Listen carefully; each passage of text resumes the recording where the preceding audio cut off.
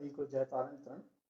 अखिल भारतीय तारण संचालित आओ चले तार जी आचार्य प्रवर तारण स्वामी द्वारा भी रचे भावक भावों की जो उन्होंने व्याख्या करी है उसकी चर्चा कर रहे हैं। हमारी चर्चा का आधार है ब्रह्मचारी दिव्यानंद महाराज जी की टीका। मंगलाचरण। अप्पानं सुदप्पानं परमप्पा विमल निर्मलं स्वरूपं सिद्ध स्वरूपं पिच्छति नमाम्यहं देव देवस्य। अनिष्ट भावों की चर्चा अपन ने शुरू की थी।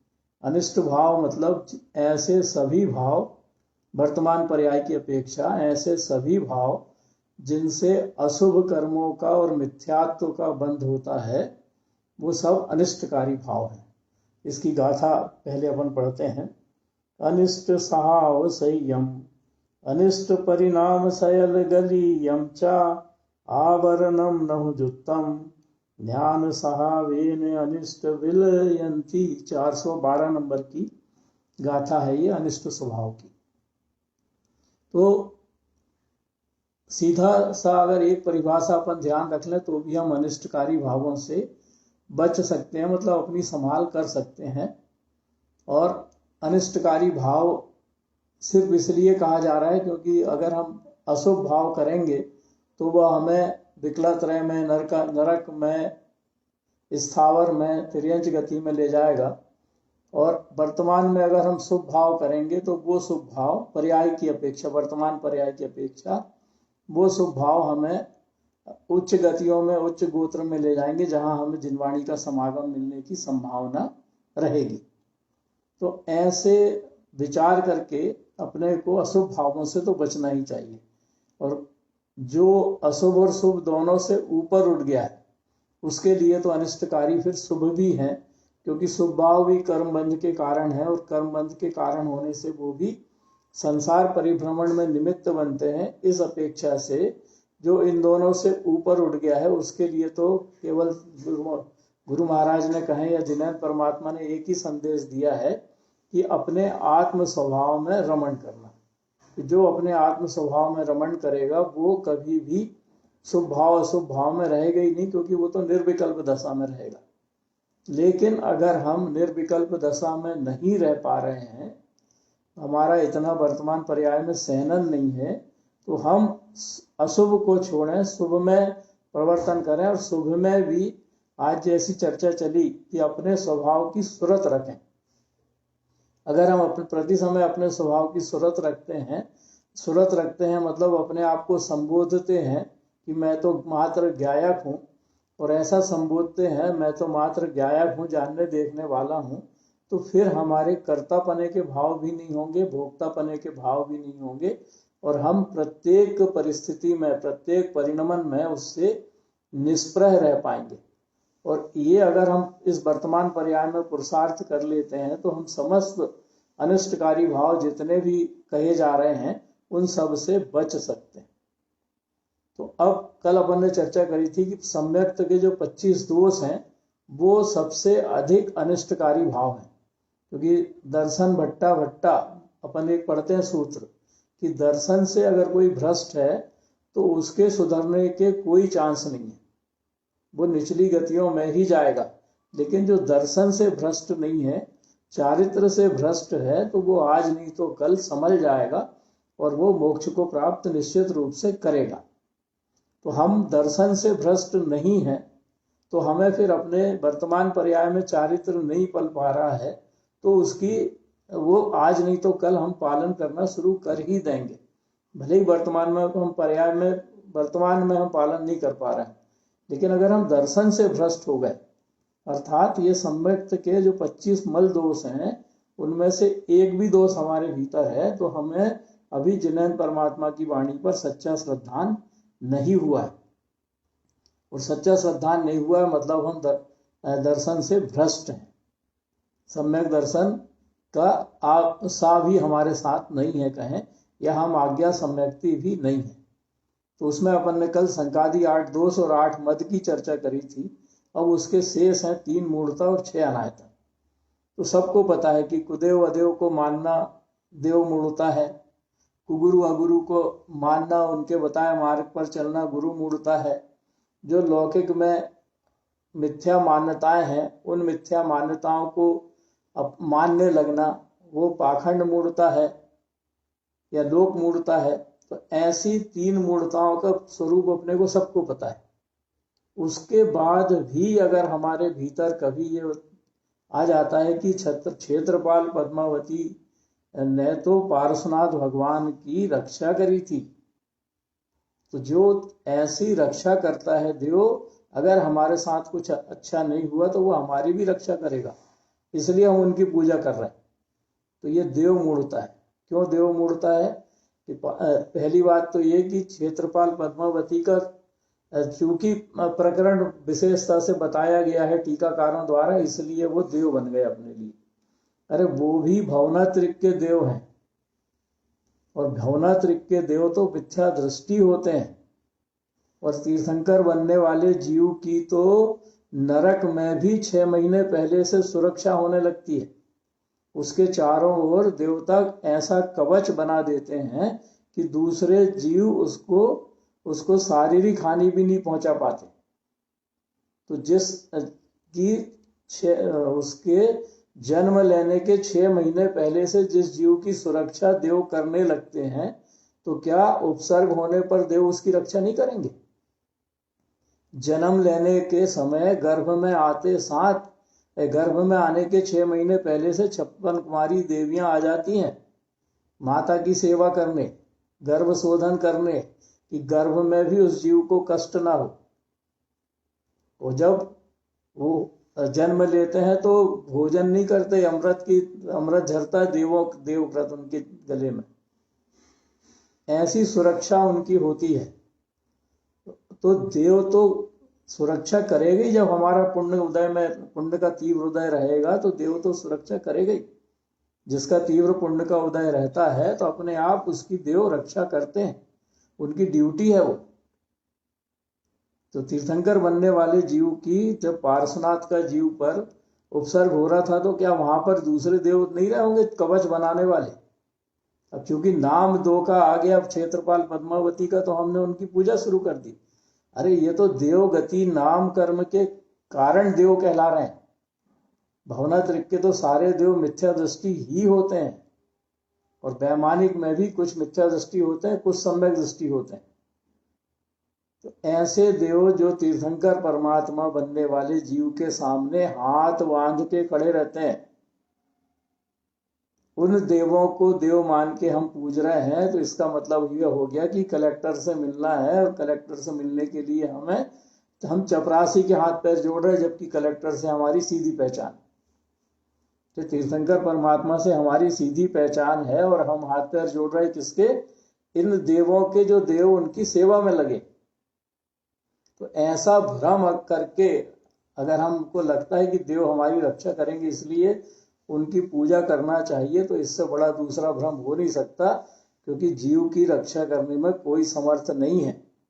अकेला जीव आता है, अकेला जाता है, और उसकी रक्षा करने में कोई समर्थ नहीं है। मतलब जैसे कर्म उसने बांधा है वो कर्म उदय में आएंगे, उन कर्मों को काटना है तो उसका पुरुषार्थ भी स्वयं जीव कर सकता है, और भोगना है तो कैसे भोगना है इसका पुरुषार्थ भी स्वयं जीव कर सकता है। कोई दूसरा उसके लिए निमित्त तो बन सकता है, लेकिन उन कर्मों को काट नहीं सकता। तो ऐसे जब हम निश्चय कर लेंगे हमारे भीतर, तो फिर हमारे भीतर किसी भी अदेव कुदेव को पूजने के भाव ही नहीं होंगे। तो हमारी देव मूर्ता कभी आएगी नहीं। दृढ़ श्रद्धा हो जाएगी कि अनंत सिद्ध परमात्मा के अतिरिक्त कोई देव संसार में होता ही नहीं है, और वो देव वर्तमान पर्याय में यहाँ पर पंचम काल में है ही नहीं।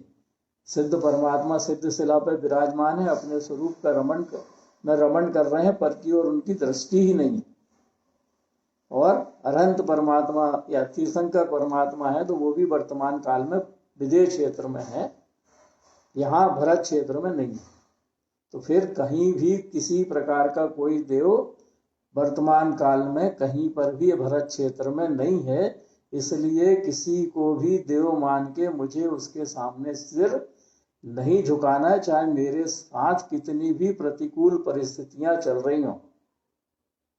यही हमें दृढ़ श्रद्धान गुरु मूर्ता में रहना चाहिए कि अगर कोई गुरु है और वो गुरु मिथ्यात्व का पोषण कर रहा है और मुझे भी मिथ्यात्व के पोषण के लिए प्रेरित कर रहा है, तो वो गुरु नहीं है, वो कुगुरु है। क्यों? क्योंकि कोई भी क्रिया में धर्म होता नहीं है। व्रत नियम संयम अगर नियम से करे जाएं तो वो पुण्य बंध का कारण है, व्यवहार में धर्म कहलाते हैं।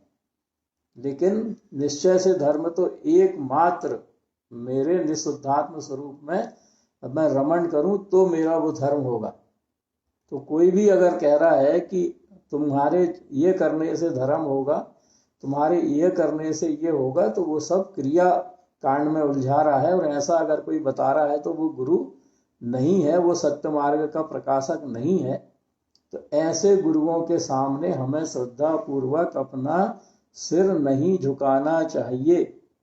और अगर हम झुकाते हैं तो हम उनके द्वारा किए जा रहे मिथ्यात्व के पोषण का समर्थन कर रहे हैं। मतलब हम भी उतने ही कर्म बांध रहे हैं मिथ्यात्व के जितने दर्शन मोहिनी कर्म वो बांध रहे हैं। तो ऐसे कुगुरु अगुरु का भेद जान के और सुगुरु जो हमें मोक्ष का मार्ग बता रहा है, जो क्रियाकांड आडंबर विहीन मार्ग बता रहा है, उसके सामने श्रद्धा पूर्वक हम नमन करें। और जो आडंबर पूर्वक या क्रियाकांड में धर्म बता रहा है उसको पूरी तरह से छोड़ दें, सामने ही नहीं जाएं। क्योंकि सामने जाएंगे और अगर कहीं दूसरे के निमित्त से हमने अनुमोदना कर दी तो अनुमोदना का पाप तो लगेगा ही लगेगा। मतलब दर्शन मोहिनी कर्म बंधेगा ही बंधेगा। ऐसे ही लौकिक में जो ग्रहित मिथ्यात्व जिसे अपन कहते हैं कि लौकिक में कोई देहरी पूज रहा, कोई पौधे पूज रहा, कोई धागा बांध रहा, कोई अन्य प्रकार की क्रियाएं कर रहा और उसको धर्म बता रहा है, तो ऐसे अगर अपन इनको पालन करने लगते हैं तो ये इससे बड़ा मिथ्यात्व और हो नहीं सकता इस पंचम काल में। और ऐसे मिथ्यात्व क्रियाओं का अगर हम सेवन करते हैं तो तीव्र दर्शन मोहिनी कर्म का बंध करेंगे। और तीव्र दर्शन मोहिनी कर्म का बंध करके हम अपनी स्थावर गति या निगोद गति पक्की करेंगे। तो ऐसे हमें कुगुरु कुदेव कुशास्त्र कुधर्म को नहीं मानना है, इनके मानने वालों को नहीं मानना है। और जहां ये रहते हैं वहां हमें खड़े भी नहीं होना है। क्यों? क्योंकि हमें अनुमोदना के कर्म बंधेंगे अगर हम वहां जाते हैं तो। इस तरह से अपन 25 जो दोष हैं उन दोषों से बच के अनिष्टकारी भावों से बच सकते हैं। क्योंकि कुदेव अदेव को पूजेंगे तो ये भी अनिष्टकारी भाव है जिससे दर्शन मोहिनी कर्म का बंध होगा। कुगुरु अगुरु को मान के किसी क्रिया कांड में फंसेंगे तो वो भी अनिष्टकारी भाव है, क्योंकि उससे भी दर्शन मोहिनी कर्म बंधेगा, चारित्र मोहिनी तो बंधेगा ही। और लौकिक में जो क्रिया करके लोग उसे धर्म कहते हैं उनको करेंगे तो ग्रहित मिथ्यात्व होगा वो, उसके कारण भी मुख्यतया दर्शन मोहिनी कर्म बंधेगा। और बाकी कर्म तो बनते ही हैं, चारित्र मोहिनी क्रिया के कारण बनता है, अज्ञान के कारण ज्ञानावर्णी दर्शनावर्णी बनते हैं। स्वरूप को विस्मृत करके बाकी क्रियाओं में फंस रहे हैं तो अंतराय कर्म बनता है। तो ऐसे कर्मों से बचना है तो फिर सम्यक दर्शन की 4 जो विशेषता है, प्रसम संवेग अनुकंपा और आस्तिक, उसको अगर अपन अपना लें अपने जीवन में तो हम अपनी आत्मा की सूरत प्रति समय रखने में सक्षम हो सकते हैं। प्रसम क्या कहता है कि हमारे भीतर जितने भी राग के द्वेष के परिणाम हो रहे हैं उसमें से द्वेष के परिणाम और अप्रशस्त राग के परिणाम तो पूरी तरह से छोड़ने योग्य हैं। प्रशस्त राग के परिणाम वर्तमान पर्याय की अपेक्षा हम कह सकते हैं कि हमारे लिए एक देश उपादेय, अर्थात शुभ भाव।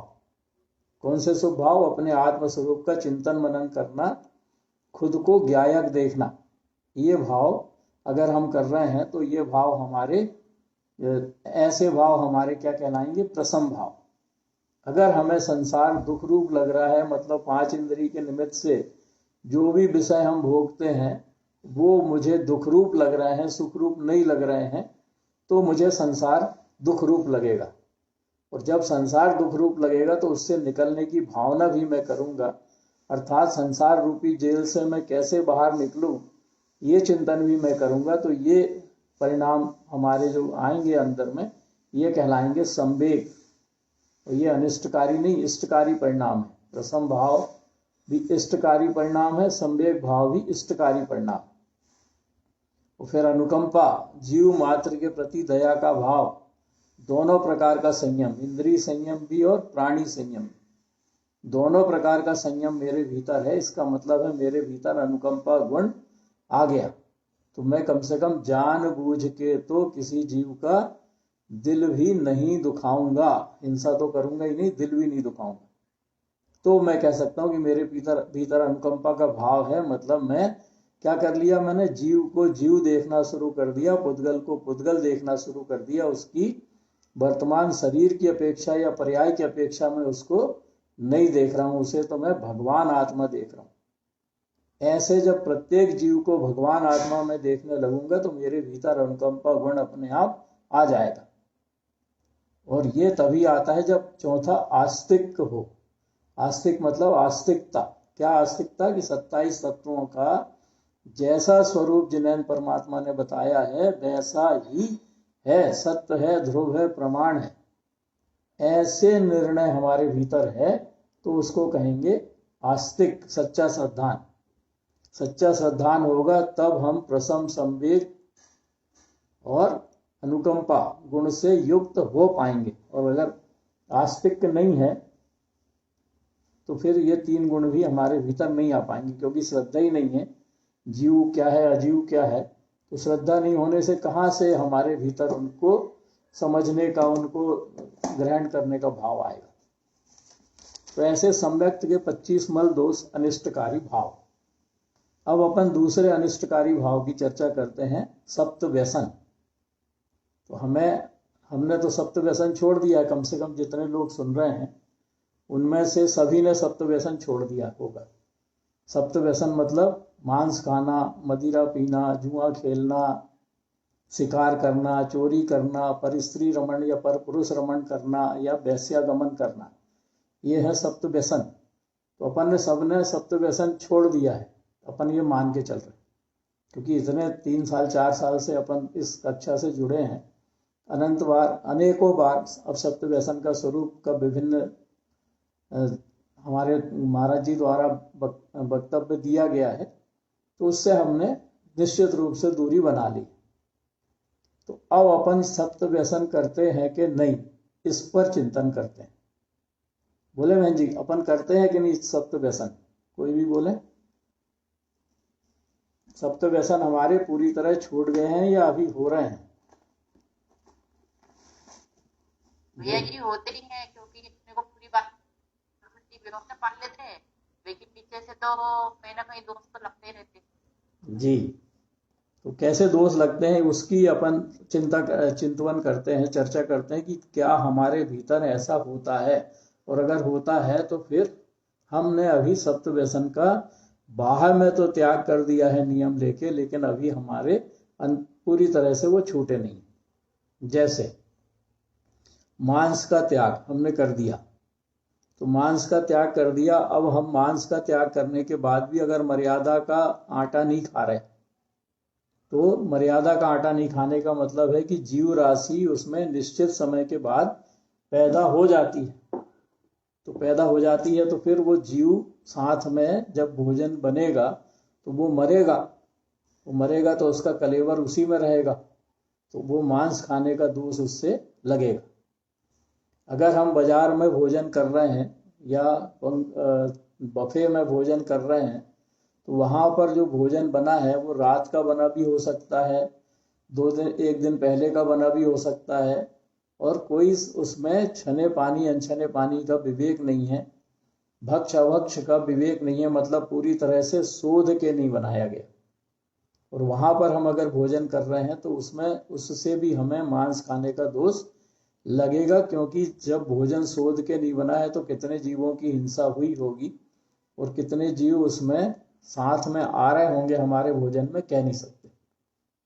इसी तरह अगर चलित रस जिसका स्वाद बिगड़ गया है, उस चलित रस को हम पी रहे हैं, तो उस चलित रस के पीने में निश्चित रूप से उसमें जीव राशि पैदा हो ही जाती है उसका स्वाद बिगड़ने के कारण। अकेला रस ही नहीं, कोई भी वस्तु घर में बनी है, अपने घर में भी बनी है, और अगर उसका स्वाद बदल गया है 1 दिन बाद, 24 घंटे बाद, 2 दिन बाद, तो स्वाद बदलने का ही अर्थ ये है कि उसमें जीव राशि पैदा हो गई है और उसका अगर हम भक्षण कर रहे हैं कि खराब होगी, फिकेगी, इससे अच्छा खा लो, तो मांस भक्षण का दोष लगता है।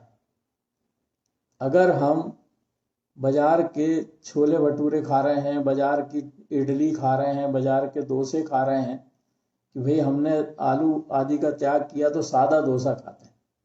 तो डोसा, इडली, भटूरे जब भी बनते हैं तो भटूरे को फुलाने के लिए उसमें आटे में दही डाला जाता है, इडली को फुलाने के लिए उसमें खमीर उठाने के लिए दही डाला जाता है, और वही खमीर उठा के उसमें वो भी बनाए जाते हैं, डोसे भी। तो अगर हम इनको खा रहे हैं तो हमें द्विदल का दोष लगता है, अर्थात वो हमारे मुंह में जैसे ही वो पदार्थ जाता है तो हमारी मुंह की लार के संपर्क में आने पर वहाँ जीव राशि पैदा हो जाती है, और वो जीव राशि अपन भक्षण करते हैं चबा चबा के। मतलब पहले उसको चबा के मारते हैं और फिर उसका भक्षण करते हैं। यही हो गया भाई, क्योंकि पहले से जीव राशि उसमें नहीं होती, लेकिन जैसे ही लार का संयोग मिलता है, लार का संयोग, द्विदल अपन इसलिए नहीं खाते हैं क्योंकि द्विदल को जैसे ही लार का संयोग मिलता है वैसे ही उसमें जीव राशि पैदा हो जाती है। तो वो जीव राशि हमारे मुंह के अंदर पैदा होगी, फिर मुंह के अंदर पैदा हुई तो हम चबा रहे हैं उस भोजन को, तो वो चबाने में भी आएगी, वो चबा के उसका जीवन लीला समाप्त होगी, और फिर उसके कलेवर को अपन, मतलब जो व्रत शरीर है उस शरीर को खाएंगे, तो हमें मांस भक्षण का दोष लगेगा। इसी तरह अगर हमारी चटपटे चीजों की खाने की रुचि है, हम अचार, पापड़, बड़ी खा रहे हैं, तो अचार में जीव राशि पैदा हो जाती है, पापड़ में भी जीव राशि अपन देखते हैं फफूंद लग जाती है, बड़ी में भी इस तरह से फफूंद लग जाती है। तो फिर अपन उसको पहले धूप में डाल देते हैं सुखाने के लिए, तो फफूंद फिर दिखाई देना बंद हो जाती, क्योंकि उसकी वो मर जाती है, वो फफूंद जो जीव है वो मर जाता है, लेकिन उसका कलेवर तो वहीं पर चिपका रहता है। या अचार की बरनी को हिला देते हैं अपन, फफूंद दिखने लगती है, तो ये फफूंद ना दिखे, मतलब हमें खाने में घृणा ना आए, ऐसे हम हिला देते हैं, और हिला के वो फफूंद को वहीं पर दफन कर देते हैं। मतलब वो जीव राशि हिलाने से मर भी सकती है, और नहीं मरी तो फिर जिंदा खाएंगे। तो ऐसे मांस के भक्षण का दोष हमें लगता है। और अगर हमारा इन सब चीजों में खाने में रुचि है, तो वो हमारी रुचि मांस भक्षण के कारण अनिष्टकारी है, क्योंकि मांस भक्षण करना मतलब हिंसा, नंदी, रौद्र ध्यान, और हिंसा, नंदी, रौद्र ध्यान का मतलब है कौन से कर्म का बंध, जो हमें नरक गति ले जाएगा। तो ऐसे हमने सप्त व्यसन का त्याग तो कर दिया है, लेकिन अगर हम इन चीजों का भोग करते हैं तो इन चीजों का भोग करने में हमें मांस भक्षण का दोष लगता है।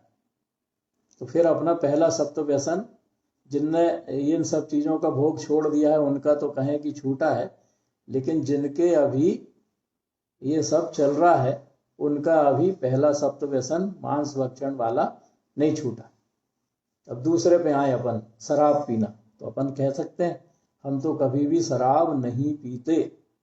तो अकेला शराब से नहीं है, यहाँ पर कोई भी नशा कारक वस्तु जिसका हम सेवन करते हैं, वो नशा कारक वस्तु के निमित्त से कई जीवों की हिंसा होती है, और जीवों की हिंसा में हम निमित्त बनते हैं, इसलिए वो नशा कारक वस्तु का सेवन करना शराब के सेवन जैसा कहलाता है।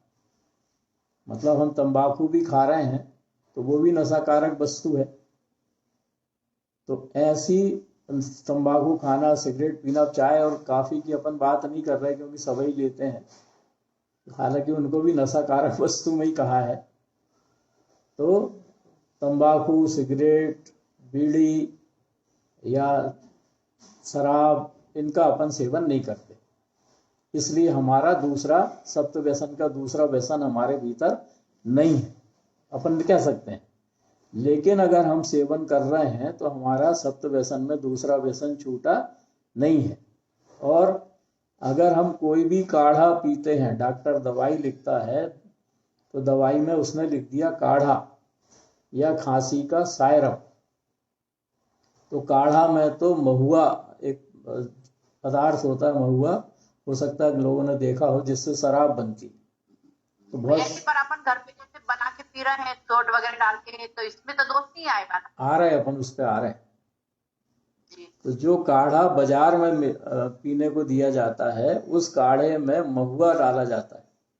महुआ मतलब वह पदार्थ जिससे शराब बनती। तो महुआ उसमें इसलिए डाला जाता है कि उसमें वो अल्कोहल में कन्वर्ट हो जाए और शराब में कन्वर्ट हो जाए, और उसके कारण फिर वो पदार्थ या काढ़े में अलग से नए जीव पैदा ना हो, मतलब प्रिजर्वेटिव के रूप में डलता है।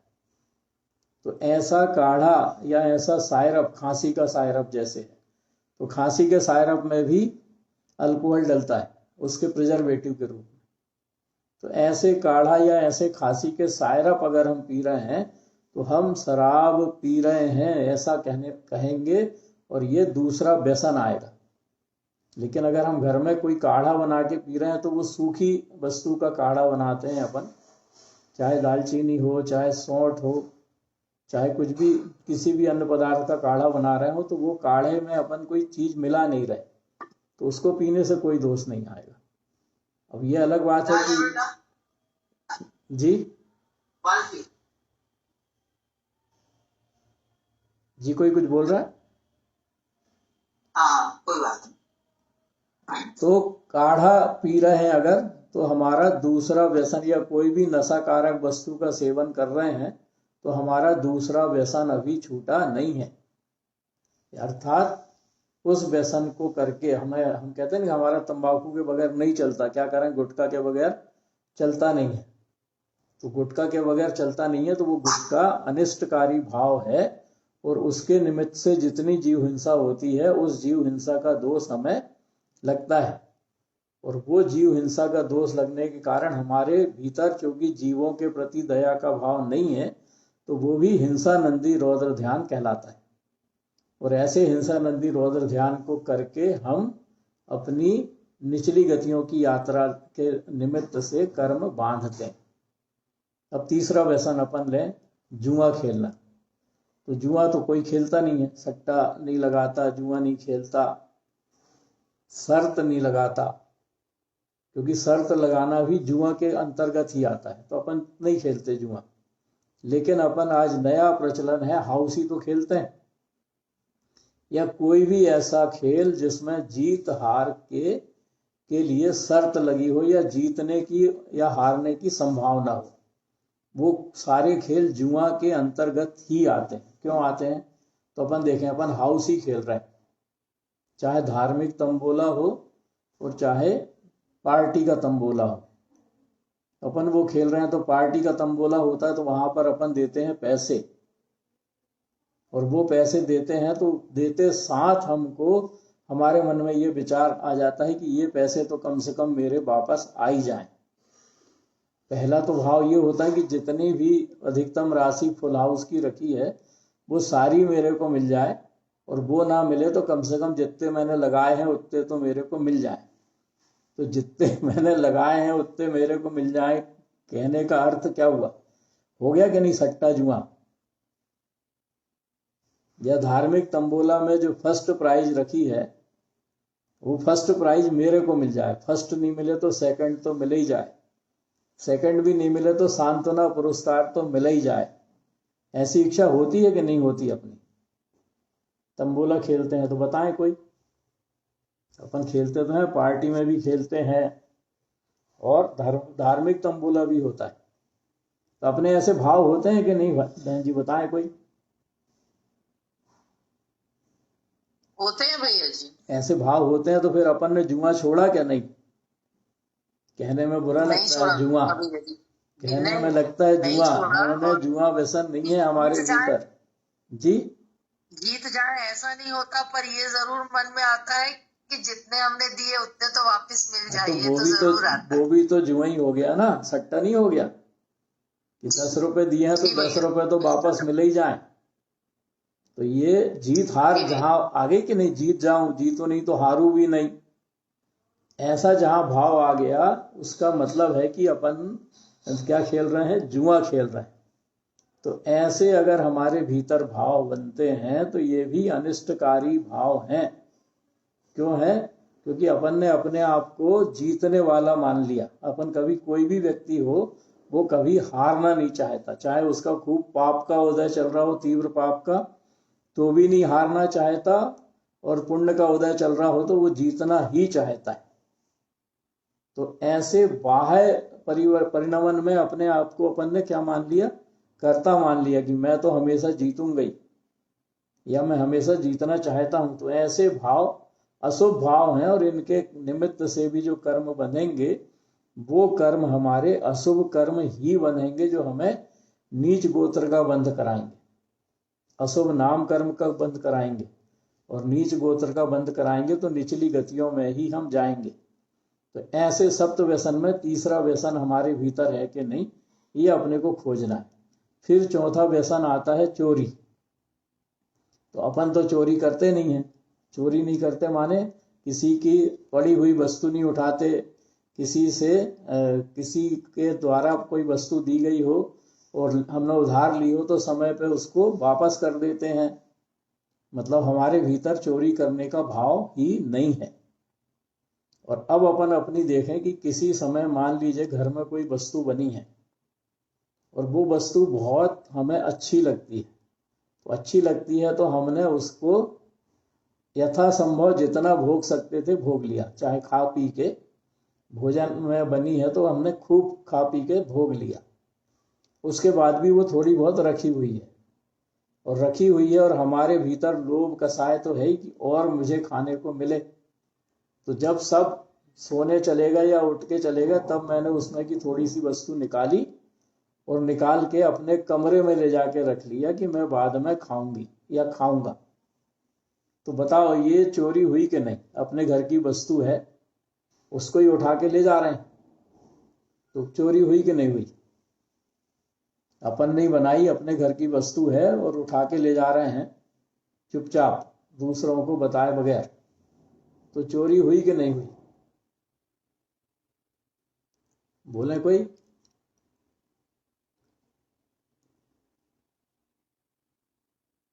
बोले भाई, कोई तो है बोले। भैया जी, चोरी है, चोरी है भैया। होगी ना चोरी। और अपन कहते हैं कि हम तो चोरी करते नहीं है। अरे जब घर में बनाई है तो सबके सामने अलग रख दो कि हम, मैं ये शाम को खाऊंगा, मेरी लिए रखना, ऐसा भी तो कर सकते हैं। लेकिन संयुक्त परिवार में ये देखा जाता है कि हमने उठा के अलग से ले गए और कमरे में धर दिया, या मेरा बेटा है और देवर का बेटा या जेठ का बेटा या दूसरे का बेटा, और मुझे दोनों में से किसी को वस्तु देनी है खाने के लिए, तो मैं अपने बेटे को ज़्यादा देता हूँ और दूसरे के बेटे को कम देता हूँ, या छांट के अपने बेटे को अच्छी देता हूँ, दूसरे के बेटे को छांट के नहीं, कुछ भी दे देता हूँ। तो ऐसे भेदभाव करने के भाव हैं, तो वो भेदभाव करने के भाव भी चोरी के अंतर्गत आते हैं। और ऐसे अपने को देखना चाहिए कि हमारे भाव की संभाल हम कब कर पा रहे हैं, कब नहीं। अगर, क्योंकि निश्चय से तो सारे विभाव परिणमन चोरी है, सारे विभाव परिणमन सप्त व्यसन है निश्चय से। लेकिन व्यवहार में भी अपन अगर ऐसा कर रहे हैं तो ऐसे चोरी के परिणाम करके, किसी का पैसा उधार लेके नहीं दे रहे हैं तो वो भी चोरी है। घर में किसी को देखे दिखाए बगैर कोई कार्य कर रहे हैं, बताओ मत, वो नाराज होंगे, तो वो भी चोरी है। पिता को नहीं बता के काम कर रहे हैं, ऐसे काम कर रहे हैं जिसमें कुछ अशुभ होने की संभावना है, तो वो भी चोरी है। पिता को नहीं बता के, पति को नहीं बता के, पत्नी को नहीं बता के, माँ को नहीं बता के अपन जो काम करते हैं, मतलब छुपा के जो काम करते हैं, वो सारे चोरी के अंतर्गत ही आएंगे। तो फिर हमने चोरी व्यसन भी नहीं छोड़ा। फिर आता है शिकार।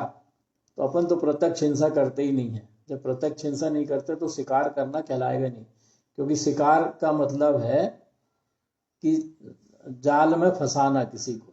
जैसे शिकारी क्या करता है, जाल डालता है और जाल के ऊपर दाने डाल देता है, भोजन, और पक्षी आते हैं, उस भोजन को करते हैं, और भोजन करके जब वो भोजन में तल्लीन हो जाते हैं तो शिकारी उस जाल की रस्सी खींच देता है, तो जितने पक्षी उसमें थे वो सारे के सारे उसके जाल में फंस मामा जाते जी हैं। जी, जयतारण प्रण।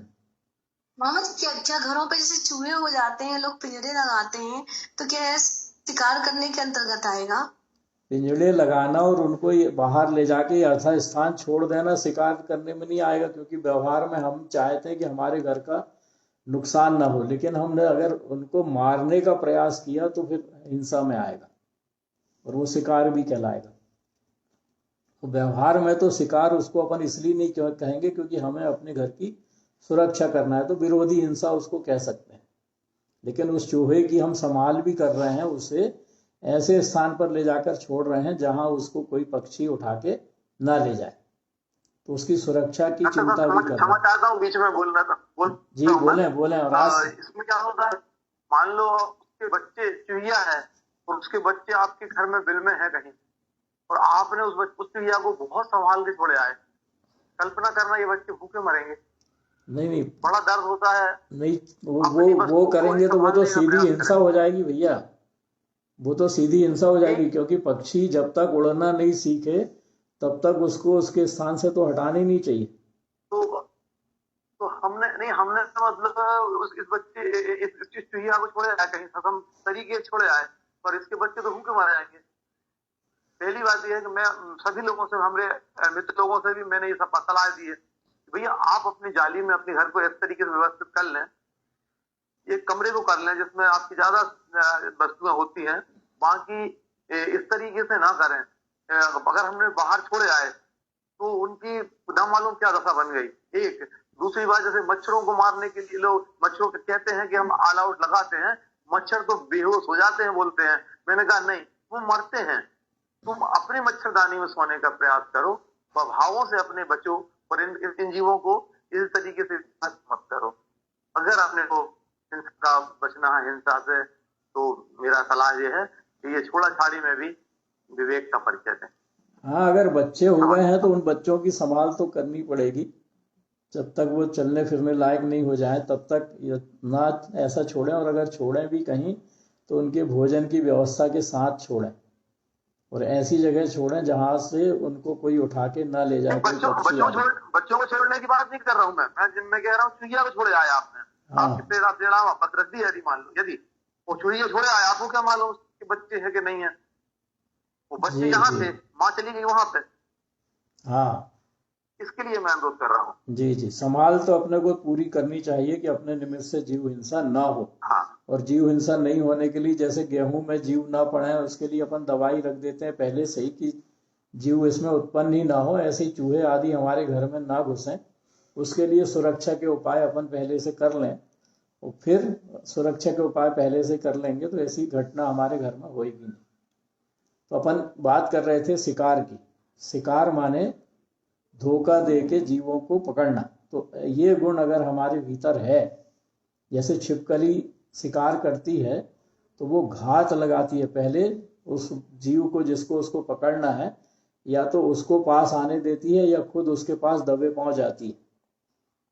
तो जैसे ही वो उसकी रेंज में आ जाता है कि यहाँ तक चक्के में पकड़ सकती हूँ, तो वो झट से झपट्टा मार के उसको पकड़ लेती। बगुला को अपन देखते हैं कि बगुला पानी में एक टांग पर खड़ा रहता है, और जैसे ही मछली उसमें आती है और वो चोंच मार के मछली को पकड़ लेता है। शेर भी घात लगा के हमला करता है जीवों पे। तो ऐसे सभी जीव दूसरों को जब हमला करते हैं दूसरों पर, तो घात लगा के मतलब धोखा दे के हमला करते हैं। तो ऐसे ही अगर हमारे भीतर धोखा देने के भाव हैं, किसी जीव को अगर हम धोखा दे रहे हैं, जैसे दुकान पे कोई नया ग्राहक आ गया और उस ग्राहक को हमने ऐसी वस्तु पकड़ा दी जो कई दिन से बिक नहीं रही थी, और इतने गुणगान उसके गाए वस्तु के कि वो बेचारा उठा के ले गया, उसे पता ही नहीं था कि क्या वस्तु कैसी होती है या क्या होता है।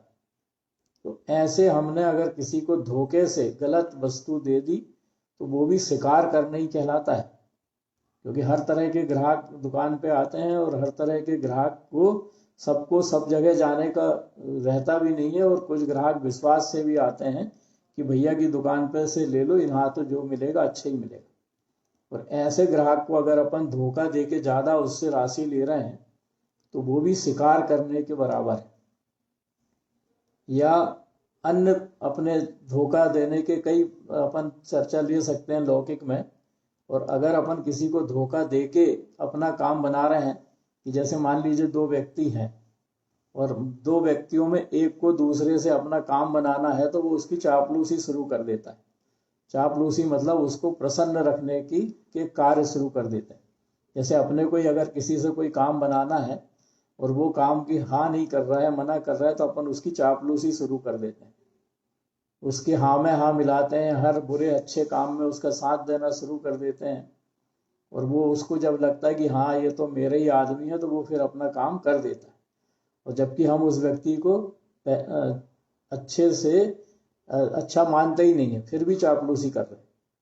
तो मुंह में राम बगल में छुरी वाला आचरण अगर हमारा है, मतलब मन में कुछ है और वचन से कुछ बोल रहे हैं वाला आचरण है, या मायाचारी के परिणाम है, तो वो मायाचारी के सारे परिणाम शिकार के अंतर्गत ही आते हैं। और हमें पता है कि मायाचारी करने से जीव विकलात्रय में जाता है या त्रियंच पराय में जाता है। और सो थोड़ा बहुत धर्म कर्म साथ में है मायाचारी के साथ, तो मनुष्य गति में स्त्री पर्याय में जाता है।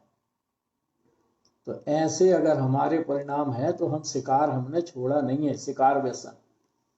तो ऐसे 5 व्यसन तो हो गए कि अगर हमारे भीतर ऐसे गुण है तो हमारे ये 5 व्यसन अभी नहीं छूटे।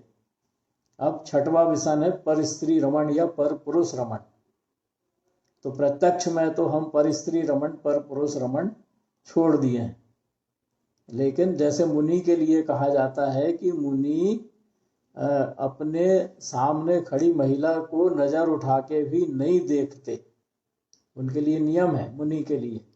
ये सील की 9 बाढ़ वो पालते हैं, या सील के 18,000 गुणों में से गुणों को वो पालते हैं कह लें। तो वो जो त्रियंचनी हो या मनुष्यनी हो, उनकी ओर आंख से आंख मिला के उनसे बात नहीं करते, अपनी नजरों को झुकाकर बात करते हैं। तो ऐसा मुनि का आचरण होता है। और ऐसा अगर हमारे भीतर भी आचरण है कि किसी पर पुरुष को या पर स्त्री को देख के हमारे भाव नहीं बिगड़ रहे, तो हमारे पर स्त्री रमण या पर पुरुष रमण के भाव नहीं है। और अगर हमारे भाव बिगड़ रहे हैं थोड़े भी, किंचित भी, चाहे वो फोटो में देख के बिगड़े और चाहे प्रत्यक्ष देख के बिगड़े। बहुत सुंदर स्त्री को देखा तो मन में भाव आ गया, काश ये मेरी पत्नी होती। बहुत सुंदर पुरुष को देखा तो मन में भाव आ गया, काश ये मेरा पति होता। तो ये भाव वास्तव में अपने भीतर की कुंठा को जागृत कर रहे हैं। काश ऐसा होता का मतलब हमारे भीतर ऐसे पुरुष को भोगने की या ऐसे स्त्री को भोगने की लालसा बनी हुई है। टीवी में देख रहे हैं, वहां तो सब लिपे पुते चेहरे रहते हैं, लेकिन और लिपे पुते रहने के कारण सुंदर भी दिखते हैं। तो उन सुंदर चेहरों को देख देख के हमारे भीतर परिणाम बिगड़ते रहते हैं कि ऐसा मैं भी दिखता, या ऐसी मेरी पत्नी दिखती, ऐसा मेरा पति दिखता, या ऐसे मेरे बच्चे होते, ऐसी मेरी बच्ची होती। तो ऐसे जो हमारे पर पुरुष पर स्त्री को देख के जितने भी परिणाम बिगड़ते हैं, उन सब परिणामों के बिगड़ने का मतलब है कि हमारे भीतर पर स्त्री पर पुरुष के रमण का भाव गया नहीं है। मतलब हमारा ये व्यसन भी नहीं गया। तो भावों की संभाल करना हमारे लिए अत्यंत आवश्यक है, क्योंकि ये सारे अनिष्टकारी भाव हैं और ये कुशील के भाव हमें नीच गोत्र के साथ नीच गति भी दिलाते हैं। तो ऐसे वैश्या रमण के भाव, आखिर 7वां व्यसन है वैश्या रमण। तो ये तो अपने भीतर होते ही नहीं है। अपने को पता है कि ऐसा हमारे भीतर कोई गुण नहीं है। अब वैश्या की परिभाषा अगर अपन टीवी में जो दिखाया जा रहा है उसकी अपेक्षा करें, तो मुझे तो ये लगता है कि जो अपने आप को दिखाना चाहता है, मतलब जो अंग प्रदर्शन करके अपने आप को दिखाना चाहता है, उसके का मतलब है कि वो लोगों से क्या चाहता है, प्रशंसा। जैसे वेश्या अपने शरीर को बेच के पैसा कमाती है, ऐसे ही अंग प्रदर्शन करके लोग प्रशंसा चाहते हैं। तो वो बेचकर कुछ कमा रही है, अपन दिखा के कुछ कमा रहे हैं। तो ऐसे किसी को देख के अगर अपने भाव बिगड़ते हैं, जो अंग प्रदर्शन करने वाली स्त्री है या अंग प्रदर्शन करने वाले पुरुष हैं, ऐसे लोगों को देख के अगर अपने भाव बिगड़ रहे हैं, उनको भोगने की इच्छा हो रही है, तो मुझे ये लगता है कि ये वैश्यागमन के बराबर भाव हैं। और ऐसे वैश्यागमन के भाव अगर हमारे भीतर उठते हैं तो फिर हमारे भीतर सातों व्यसन अभी हैं। जैसे अपन ने चर्चा की, अगर इस तरह से हमारे इन प्रकार के विचारों को लेकर भाव बिगड़ रहे हैं तो हमारे भीतर सातों व्यसन हैं, और सातों व्यसन के भाव महा अनिष्टकारी हैं। इनसे हमेशा अशुभ कर्मों का बंध ही होता है, और मैं इन व्यसनों को कर सकता हूँ, ऐसा कर्ता भाव होने के कारण मैं इन व्यसनों को भोग सकता हूँ, ऐसा भोक्ता भाव होने के कारण या अज्ञान के कारण हमें तीव्र दर्शन मोहनी कर्म का बंध होता है, तीव्र ज्ञानावर्णी दर्शनावर्णी कर्म का बंध होता है। और क्रिया, जिस प्रकार की क्रिया में हम संलग्न होते हैं, उसमें कसाई की तीव्रता मंदता के आधार पर चारित्र मोहनी कर्म का बंध होता है। और ये सब हमें पाप कर्म होने के कारण ये सब हमें निचली गतियों में ले जाते हैं। तो इस तरह से सप्त व्यसन के भाव हमें लगता है कि हमने छोड़ दिए हैं, तो हमें अपना चिंतन करना चाहिए कि क्या सही में हमने छोड़ दिया है। अगर छोड़ दिया है तो बहुत अच्छा, और नहीं छोड़ा है तो फिर अभी हमने अपने आप को क्या माना है, कर्ता भोक्ता माना हुआ है। बोले कोई इसमें कुछ कहना चाहे सप्त व्यसन के भाव की जो अपन ने चर्चा करी।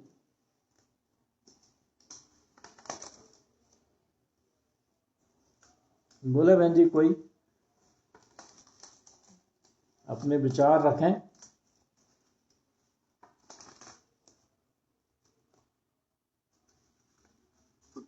जय तारा जी बहन जी, जय तारा।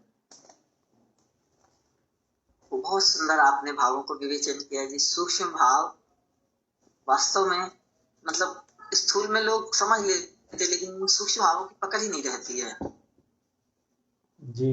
इसीलिए दास ने समय सार नाटक में लिखा है कि देह की मगनताई सो मार्ग भाग्य है जी। तो मतलब कितनी अपनी मतलब जो देह के प्रति आसक्ति, मतलब हर परिणाम, खाने पीने, चोरी के, अब तो रख लिया अपने बच्चे के लिए, बिना पूछे कोई भी चीज ले ली, तो स्थूल को समझते हैं कि किसी की वस्तु उठाना, लेकिन इन भावों को मतलब समझते ही नहीं है। बहुत सुंदर विवेचन किया आपने। बराबर। ये अपना चिंतन ऐसा चलने लगे तो निश्चित रूप से हम कह सकते हैं कि हम अनिष्टकारी भावों से बच सकते हैं, क्योंकि ये भावों को अनिष्टकारी भाव कहा है तो क्यों कहा है ये भी तो अपने को पता हो। और अनिष्टकारी भावों से अशुभ कर्मों का बंध ही होता है। तो ऐसे ही हमारे भीतर तीन सल्ल बनी रहती है हमेशा, मिथ्या माया निदान। तीन सल्ल पढ़ा है अपन ने, और तीन सल्ल खूब पढ़ा है। और ये तीन सल्ल अगर हमारे भीतर बनी हुई हैं, तो भी इनको भी हम अनिष्टकारी भाव कह सकते हैं। कह सकते नहीं, कहेंगे। क्यों कहेंगे? क्योंकि पहली सल्ल तो अगर अपन मिथ्या सल्ल लें तो मिथ्या सल्ल हमारे को डरा के रखती है, क्योंकि भय के कारण होती है मिथ्या सल्ल। भय के कारण हमारे भीतर ये भाव होता है ऐसा ना हो जाए, मतलब ऊपर पंखा चल रहा है तो वो गिर ना जाए, या बच्चा साइकिल लेके कहीं गया है तो वो साइकिल से गिर ना जाए, या मेरी दुकान पे चोरी ना हो जाए, मेरे घर में चोरी ना हो जाए। तो ऐसी मिथ्या सल्ल, इसको मिथ्या क्यों कहा? क्योंकि हमने वस्तु के स्वतंत्र परिणमन को नहीं माना। वही अपने 27 तत्वों के श्रद्धान में अपन पढ़ते हैं कि उद्गल के एक एक परमाणु का परिणमन स्वतंत्र है। जीव के एक एक जीव का, प्रत्येक जीव का अपने आप में परिणमन स्वतंत्र है। तो जब जीव का परिणमन भी स्वतंत्र है, उद्गल का परिणमन भी स्वतंत्र है, तो अगर बच्चा गिरना होगा तो वो कोई ना कोई निमित्त से गिरेगा ही। अगर मेरे घर की कोई वस्तु क्षेत्र से क्षेत्रांतर होनी होगी तो चोरी से जाए चाहे कोई अन्य निमित्त से जाए, वो तो जाएगी। अगर मेरे दुकान की वस्तु क्षेत्र से क्षेत्रांतर होना हो तो मेरी सारी सुरक्षा के बाद भी वो क्षेत्र से क्षेत्रांतर होके रहेगी, उसमें चोर निमित्त बने या कोई और निमित्त बने। तो ऐसा अगर मैं दृढ़ निश्चय कर लूं तो फिर मेरे भीतर भय के भाव नहीं रहेंगे। और जब तक मेरे भीतर भय के भाव हैं, इसका मतलब है मेरी मान्यता उल्टी है, तत्वों का श्रद्धान उल्टा है। और तत्वों का श्रद्धान अगर उल्टा है, मैं भयभीत पूरे समय रहता हूं, तो उस भय का कारण है मिथ्यात्व, और उसके निमित्त से मैं दर्शन मोहनी कर्म का बंध करता हूं। ऐसा ना हो जाए अगर मेरे भीतर आता है कि मैं भोजन बना रहा हूं, अच्छा ऐसा ना हो कि बिगड़ जाए। तो ऐसा ना हो कि बिगड़ जाए का मतलब है कि भोजन तो बनेगा उसकी खुद के परिणमन से, मैं तो हूं उसमें मात्र निमित्त, और बनेगा भी जो खाने वाले हैं उनके पुण्य के उदय से, कि उनको अच्छा भोजन खाने में मिलना है या अच्छा नहीं मिलना। मतलब जिनको खाने, जिनके लिए भोजन बना है उनको सुस्वादु भोजन मिलने लायक पुण्य का उदय है या बेस्वाद भोजन मिलने लायक पाप का उदय है। ये तो उनके भोगांतराय कर्म का उदय है कि उनको कैसा भोगने को मिलना। और मैं बना बना के वैसे ही खुश हो रहा हूं कि मैंने बनाया इसलिए इनने अच्छे से खाए, इनका आज पेट भर गया। महिलाएं कहती हैं आज मैंने खूब ध्यान से बहुत अच्छे से जो इनको पसंद है वो चीज बनाई, आज इनने बहुत संतुष्टि पूर्वक भोजन किया, आज तो ये बहुत भोजन करके प्रसन्न हो गए। क्यों? क्योंकि अपन कहते हैं कि पेट के रास्ते से आदमी को प्रसन्न किया जा सकता है। तो ऐसा अपन मानते हैं, अरे मैंने भोजन बनाया या भोजन बना और जिसने भोग किया उसके भोगांतराय कर्म का उदय था इसलिए उसको मिला, या मैंने बनाया इसलिए मिला। कभी निर्णय किया अपन ने ऐसा? ऐसी भूलें हैं हमारे भीतर। अरे उसके भोगांतराय कर्म का उदय है इसलिए उसको, अगर उसके भोगांतराय कर्म के उदय में आज उसको पकवान मिलना है तो मेरे मन में उसके निमित्त से भाव आएंगे पकवान बनाने के।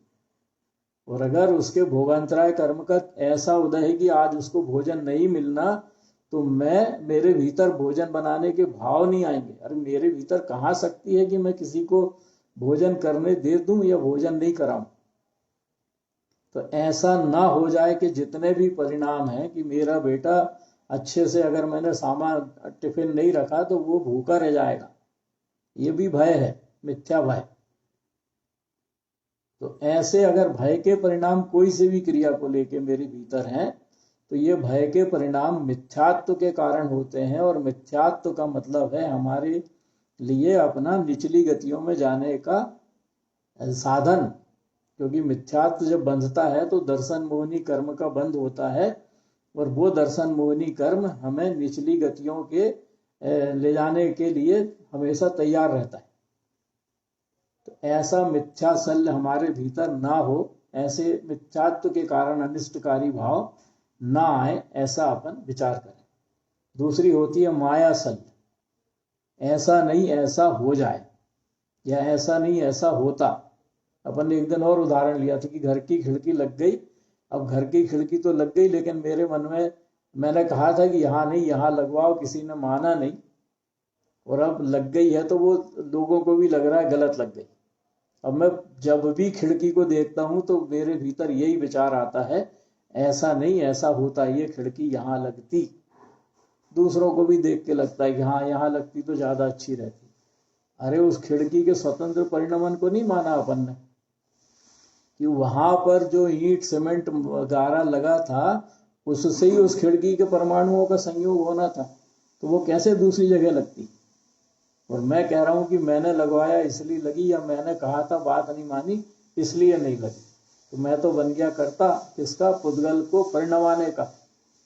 तो ऐसी माया शल्य जो किसी भी कार्य में होती है कि जैसे घर में बहू आई, अब बहू आई तो सबकी सहमति से नहीं आई। कोई एक व्यक्ति था जिसने कहा था यहाँ शादी मत करो, इसकी जगह यहाँ करो, उसकी सहमति नहीं ली, और बाकी सबकी सहमति से वहां शादी हो गई जहां वो व्यक्ति नहीं चाहता था। अब बहू अच्छी निकल गई तो कोई को दिक्कत नहीं, और अच्छी नहीं निकली तो वो व्यक्ति जो कह रहा था यहाँ मत करो, वो सब पे हावी रहेगा कि देखो मैंने कहा था यहाँ नहीं करो, फिर भी कर लिया, भोगो। तो वो उस व्यक्ति को मान कसाई भी आ जाएगी कि मैंने कहा इनने माना नहीं। तो क्या भैया हम किसी को परिणमा सकते हैं?